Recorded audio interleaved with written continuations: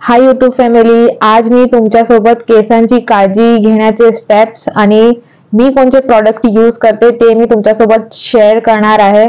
तर केसांची काळजी घेण्याचे 4 पॉइंट्स आहेत। 4 पॉइंट मध्ये फर्स्ट आहे ऑइलिंग, सेकंड आहे शॅम्पू, थर्ड आहे हेअर ड्राइंग आणि फोर्थ आहे केस वितळणं म्हणजे कोम्बिंग। म्हणजे 4 स्टेप्स जर तुम्ही नीट फॉलो केले तुमचे केस कमी तुटतील, हेअरफॉल कमी होईल आणि तुमची स्कॅल्प पण चांगली मेंटेन राहील।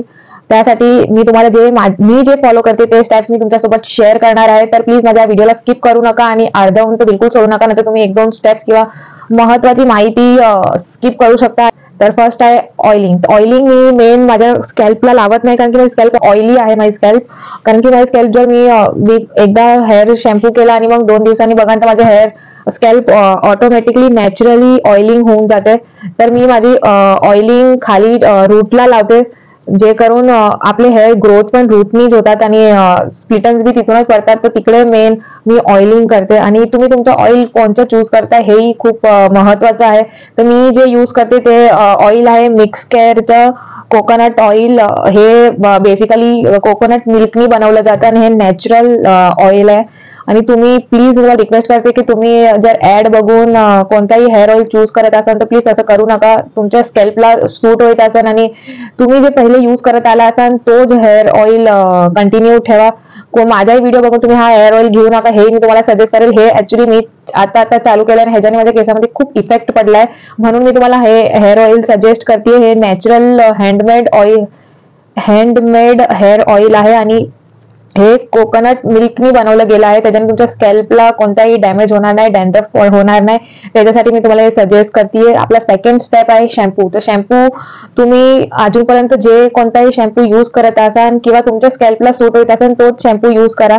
मी जो शॅम्पू यूज करते तो आहे हेड अँड शोल्डरचा 2-in-1 शॅम्पू आणि अँटी डॅन्ड्रफ शॅम्पू आहे, जे करून माझ्या केसांमध्ये डॅन्ड्रफ पडत नाही, माझी स्कॅल्प ड्राय होत नाही। आणि तुम्ही पाहिलं असेल कोणाच्या केसामध्ये की व्हाईट पपडी होऊन जातात आणि स्कॅल्प मध्ये इचिंग पण होत असते। तर माझ्या ह्या शॅम्पूनी स्कॅल्पला इचिंग होत नाही आणि हेअर ड्राय होत नाही त्याच्यासाठी, आणि हेअर सिल्की राहतात। तुम्ही बघू शकता आजही मी हा शॅम्पू यूज करून केस धुतलेली आहेत, तर केस शाईन पण करतात ह्या ऑइलनी।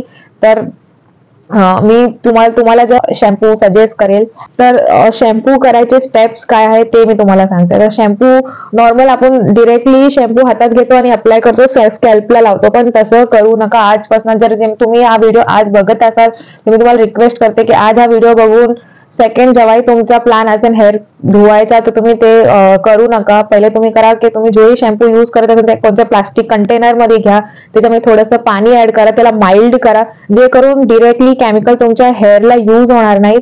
आणि मग त्या शॅम्पूला घेऊन तुमच्या हेअर खालच्या डाऊनफॉल मोशन मध्ये घ्या आणि मग शॅम्पू घेऊन थोडंसं त्याला 2-3 मिनिट जेंटली मसाज करून मग वॉर्म वॉटरनी वॉश करा, जे करून तुमच्या स्कॅल्पला थोडासा मसाज पण मिळेल आणि डिरेक्टली केमिकल त्याच्या केसांना यूज न होता ते हेअरफॉल पण रोकेल। तर तुम्ही तसं केस जर धुतली तर तुमच्या 1-2 वीक मध्ये तुम्हाला तो इफेक्ट तुमच्या केसांमध्ये दिसून येईल। आणि थर्ड स्टेप आहे ड्राइंग। तर हेअर ड्राय करायसाठी आपण नॉर्मल काय करतो, काही लोकांना सवय आहे की केस धुवून झालीत की तोच टॉवेल असं गोल गोल फिरवून मग आपण झटकतो, पण ते जर तुम्ही करत असाल तर तेही बंद करा। त्याच्याने केस खूप तुटतात, त्याच्यात राऊंड मध्ये अटकून पण केस तुटले जातात। म्हणून तुम्ही काय करा, असा एक हेअर टॉवेल येतो, मी हा मिशो मधून ऑर्डर केलाय। हा टॉवेल घेऊन तुम्ही हेअरला असं टाय करा आणि तुमची जी बाकी कामं आवरून मग तुम्ही हेअर ओपन करा। ते करून काय होईल की नॅचरली तुमचे हेअर ड्राय होतील आणि ते तुटणार नाहीत। आणि तुम्ही जर मी जे काही आता प्रॉडक्ट यूज केले ते जर तुम्हाला घ्यायचे असतील तर त्याचा मी फुल व्हिडिओ माझ्या चॅनलवर दिलेला आहे, तर तुम्ही तिथून ते प्रॉडक्ट त्याचे रिव्ह्यूज बघून आणि मग तुम्ही ते प्रॉडक्ट खालच्या डिस्क्रिप्शन मध्ये त्याची लिंक दिलेली आहे, तिथून क्लिक करून तुम्ही ते ऑर्डर करू शकता। आणि लास्ट आणि फोर्थ स्टेप आहे आपला कोम्बिंग। तर आपण मोस्ट ऑफ आपल्या महाराष्ट्रीयन घरामध्ये तुम्हाला माहिती असेल की तो प्लास्टिकचा कोंब असतो, ज्याला छोटे छोटे दाती असतात, ते कोंब आपण most of the time use करत असतो, पण ते जर तुम्ही यूज करत असाल तर तेही बंद करा। मोठ्या दातांचा एक कोंब येतो किंवा तुम्ही वुडन कोंब पण यूज करू शकता। मी आजकाल हा वुडन कोंब यूज करायचं चालू केलेला आहे। तर हाही केस ह्याच्याने कमी तुटतात आणि स्कॅल्पला हार्श फील होत नाही, जे आपल्या प्लास्टिक कोंबनी काय होतं की आपण जेव्हाही विचारतो तेव्हा आपल्या इथं वेगळाच इफेक्ट दिसतो त्याच्याने, तर तुम्ही तो कोंब यूज करत असाल तर तोही बंद करा. आणि कोंब करतानाही तुम्ही पहिले खालच्या बाजूनी पहिले गुंता सोडवा आणि मग वरनं खाली या, कारण की तुम्ही वरनं काढाल तर खालच्या बाजूला गुंता जमा होईल आणि त्याच्याने तुमची केस तुटू शकतात. म्हणून तुम्ही हे मी जे दिलेले स्टेप्स जर तुम्ही फॉलो केले तर तुम्हाला 1 महिन्यामध्येच केसांमध्ये इफेक्ट दिसेल आणि तुमचा हेअरफॉल कमी होईल.